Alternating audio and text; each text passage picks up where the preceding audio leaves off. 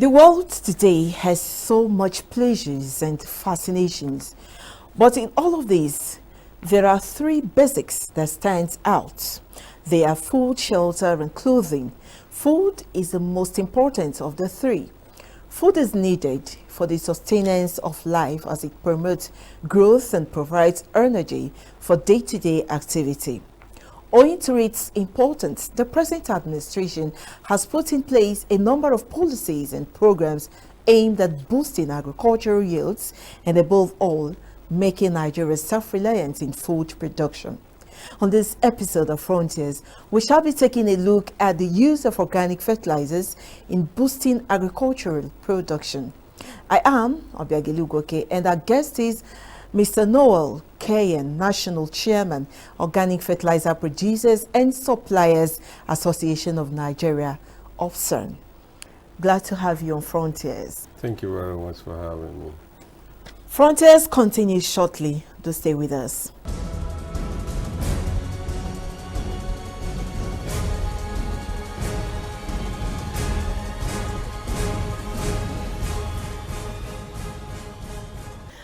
Once again, you're welcome. Thank you. Now, organic fertilizer is one of the components of sustainable agricultural practices adopted to tackle soil depletion. But before we go deep into that, what is the difference between an organic and inorganic fertilizer? To put it in a simple pattern, there are only three components or elements in a chemical fertilizer. You have nitrogen, phosphorus, and potassium. That's why you hear they call it NPK. And usually the other element added is the urea. That makes it just four components. Whereas in modern technology, the organic is natural though, but it has about 23 different elements. And they are classified into macronutrients and micronutrients. So the crops needs much more than just 4 or 3 elements that you find in chemical fertilizers. How can a layman understand that this very one is the organic and this one is the inorganic fertilizer? Time immemorial, or rather say somewhere around the 60s, you know, Nigerians were more used to the compost manure. With the end of the Second World War, introduction of the chemical fertilizers now came in. Mainly what you have that are obtainable are mostly from petroleum products. And with time, people got used and adopted to the chemical inputs. Whereas in Nigeria, the trend now began to change and people now began to understand the fact that yes, agriculture has taken a different dimension. Now, as way back as 2018, yes, according to the statistics we have about 11,979 hectares, as well as 517 producers.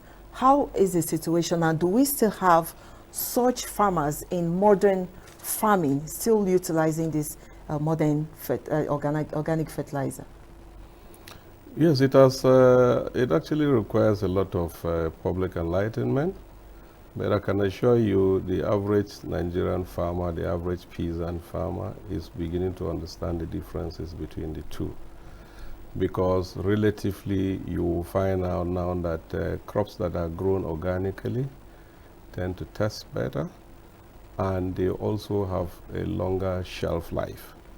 And this has practically been confirmed by the farmers themselves, and they know the difference in terms of yield and then also in terms of the sustainability of their land. Looking at this organic fertilizer, yes, you know, is different from the kind of manure we normally use just like you've explained earlier. In what form does it actually come in? Yes, there are about 3 or 4 different forms. You have the natural compost, which is usually Some of them are from your kitchen waste, some of them are from cow dungs, and some of them are from foliar from the farms that are put together and then mixed with some sand and soil, and then they decompose. You use them as the compost. There are some that they are actually being harvested from seaweeds. Some of them from sea algae, some of them are from bones and bone marrows that are crushed, but truly they are natural materials. But by the time they are analyzed, you find out that they have most of these 23 to 24 various components or elements that I'm talking about are the crops. Science, just like you human beings, you need more than just 3 elements, that will make you sustainable. So also with the crops require all these elements to make them what they are for the benefit of humanity. I'll give you a few examples. Like calcium, you don't find calcium in NPK, that's a synthetic fertilizer. Calcium is what gives the crops, the thick skin. I'll give you like that of an example of a tomatoes. The tomatoes, why do some tomatoes, stay long before they get rotten? It's simply because the skin, with the absorption of calcium in the organic fertilizer, it now develops a thicker skin, and so also other crops like that. Whereas those that are grown, we're not saying that NPK, per se are bad, but we're saying the organic option, gives you much better advantages compared to the conventional one that our people are kind of used to. In terms of the organic fertilizer production, yes, how readily available are the materials? Yes, they are. Some of them are locally produced and others are imported. And I forgot to conclude on my last thought. Some of them are, like I said, they are compost. Some of them are liquid. Some of them are in powder form, and others are granulated. But like the ones that are imported, it's a matter of transfer of the technology. We have people that are importing, and their partners are willing to come and establish here with the right environment. Why not? They are willing. But I can assure you, quite a number of them are also being produced. There are pioneer members that are producing them locally. Both the liquid, the powder, the compost, and then the granulated. Now, let's take a look at the benefits and Yes. How effective is this organic fertilizer in terms of building crop yields? You see, in the general parlance, they say, or rather we in Ofsan, we always say you feed the soil will feed the plants, and the plants will feed the people. It is very, very important for people to understand the fact that these components or elements that we are talking about it's actually what is driving the world, because it has been confirmed that a lot of the diseases now that are very prevalent with us now are traced to some of the kind of foods that we eat. And I give an example of Canada recently, because they made strong pronouncements in respect of organic agricultural practices. And their health bill, national health budget, it went down. So the advantages are numerous. Besides the food we eat, it also increases or improves the biodiversity of the soil itself. So you're not just feeding the crops, but you're also feeding the soil. And literally, if you feed the soil and the soil is well nourished, you can cultivate it over and over, and such that even if surface waters that run across it and go to your wells and your rivers, they are not contaminated, because the same from the same soil you're applying your organic fertilizers, your cattle will feed from it, the water your livestock will feed on it, your chicken will feed on it. So they literally also translate to the quality of chicken you have, the quality of eggs that you have, and the quality of milk and beef. So it's quite a value chain that the world has embraced, and I don't think it will be proper for Nigeria to be left behind. But for now, I can assure you we're far behind. Okay. Now, well, let's talk about the availability. The federal government itself, through the fertilizer initiative, has upgraded a good number of chemical blending plants. Yet, the cost of input is high on peasant farmers. How affordable would you say this organic fertilizer is? They are quite affordable in the sense that we have organic fertilizers that are within the range of 5,000 to a maximum of, say, about 12,000. Whereas the NPK right now in the market is between 20 to 25,000 naira for a 50 kg bag, which is outrageous. We appreciated the fact that Mr. President, I think on the 14th of August 2017, came up with the Presidential Fertilizer Initiative. And from 7 to about 44 blending plants were brought upstream. And everybody was happy that it was coming up. And we expected within a few like 2-3 years thereafter, we learned that about 7 million to 30 million bags, of NPK and urea were being made available. And government now crashed the price from the then 10,000 to about 5,000, and later 5,500 and later 5,000 during the COVID. But our grudge has been that while government was had actually shown interest and invested in the chemical fertilizers, we made efforts to see to it that equal opportunity was given to the organic subsector. But we didn't get the desired attention of government, which was very unfortunate, and this is where we are. What has really happened to those 44 blending plants? Where are the raw materials, and why is it that it's now not within the reach? They are not available, and they are even when you get them, they are actually very expensive. So how impactful has it been in the lives of the rural farmers itself? It is tough now in the sense that they find it difficult to access, and like I said, even when you access, when you have them, they are expensive. And our members have a good quantity on ground. Unfortunately, just like government has been driving the inorganic, they have laid the foundation that we expected by now the inorganic team should have grown. But rather, what are we seeing? It has retrogressed. And it is expected that government, both at federal, state, and local governments, should step in now to ensure that these products, organic fertilizers, are made available. I can assure you we have about 20 to 25,000 metric tons of solid fertilizer, and then roughly between 10 to 12 million liters of the liquid fertilizer. They are available.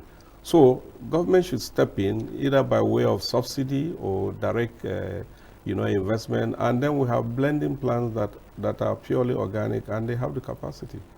But now the patronage is very low. We expect that government should at this time come in to assist the peasant farmers. We appreciate. All right, let's pause here for a while. I'll get back to you. You're watching Frontiers, and the focus is the use of organic fertilizer in boosting agriculture.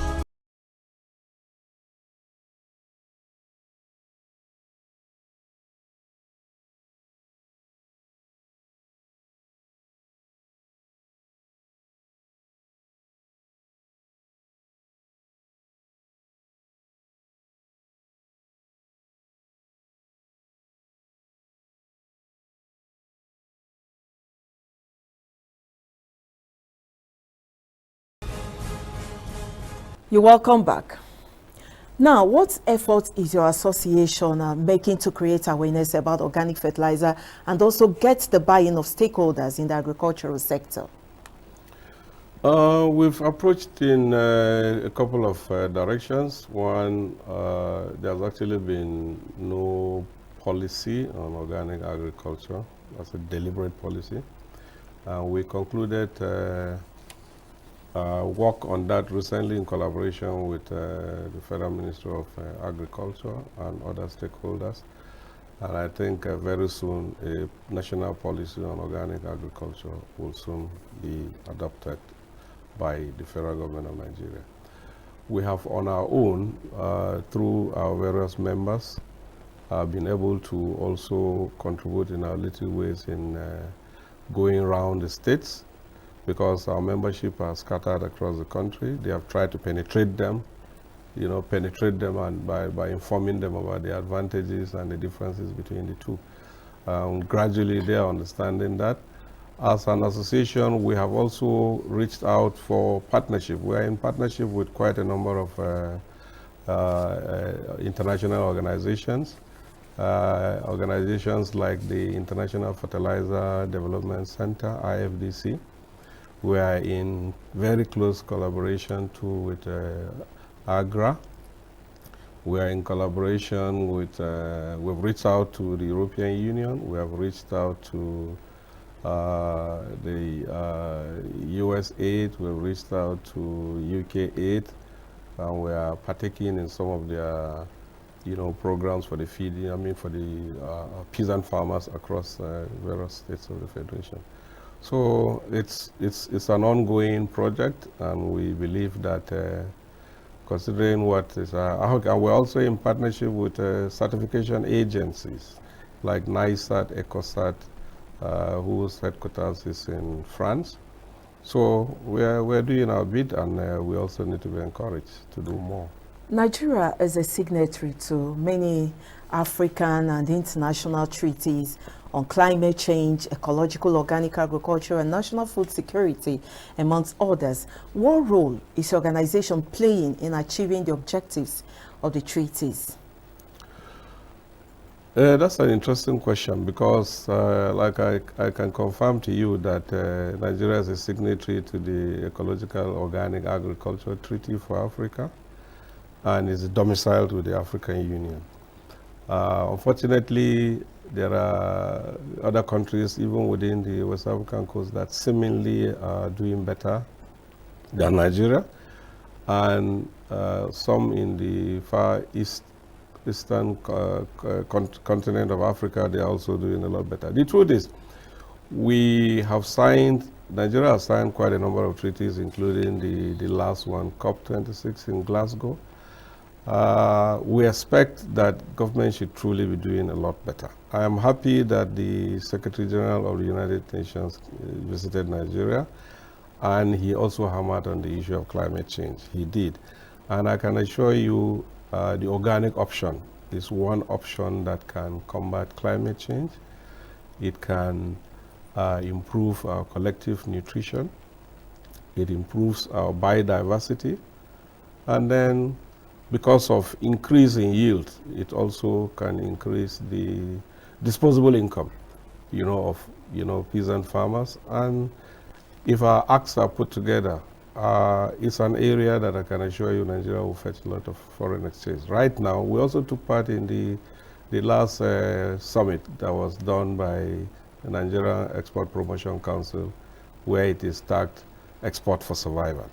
And one area that I can assure you that will bring more forex into the coffers of Nigeria is if we start to develop the habit for organic inputs and organic agricultural practices.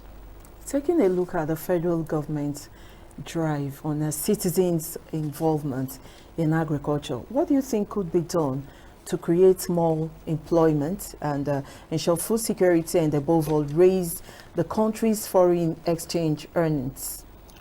While we appreciate what Mr. President has done, like I said initially with the Presidential Fertilizer Initiative, honestly, we in Ofsan are seeking for a total overhaul of the Presidential Fertilizer Initiative, such that it embraces the entire organic cycle. We are not saying we should throw away the inorganic cycle. They will cohabit. But within the same Presidential Fertilizer Initiative, we can now concentrate on the export wing of it, whereby our association is in partnership also with several farmer cooperatives or commodity associations. These associations can be organized into clusters, And by clusters, they will be segregated in respect to various crops that we intend to deliberately select to grow organically. And going forward, that is what you expect. The proper, certifications can be done. And once those are done, you have off-takers before you even finish cultivating, and they are because they know that you've gone through the entire processes organically. You have off-takers, and the off-takers are there. But what we are having, you've had all these issues of zero reject. Products from Nigeria that are supposed to be exported because you didn't go through certain standards and procedures, they are rejected. Sadly, we started hearing rumors that there's a tendency that even our cocoa may be rejected. So we really need to work, wake up from our slumber. So we call for that, total overhaul. The presidency should be able to ask a lot of questions in terms of the role of FEPSAN itself, that is the Fertilizer Producers Association of Nigeria, who are the dealers in the chemical fertilizers, the role of the CBN, the role of the Sovereign Wealth Investment Authority, and of course, Federal Ministry of Finance. There has been a lot of investment, but it has turned out to be like we are not getting the commensurate result. I expected that by now all these blending plants should be on their own, and functioning. But where are we? The products are not available. There's danger coming in terms of food shortages. So we're calling on government to come out and use its own machinery. Let the government come out, including the media houses of government like yours, and Radio Nigeria, others, Federal Ministry of Information. And look, we have an organic option. We need to sit back and look at it and see that, yes, this is an option that is a viable option that can be, a foreign exchange option for Nigeria. So actually, it's a collective responsibility. Yes. And when this is done, hopefully, we are looking at a boost in terms of our earnings. That's right. All right. Thank you. Thank you very much, Mr. Noel K. And we really appreciate your insight and the awareness. Thank you. And thank you for educating us. Thank you for having me. I have been speaking to Mr. Noel K., National Chairman, Organic Fertilizer Producers and Suppliers Association of Nigeria, OFSAN. Thanks for your time. My name is Obiageli Ugoke.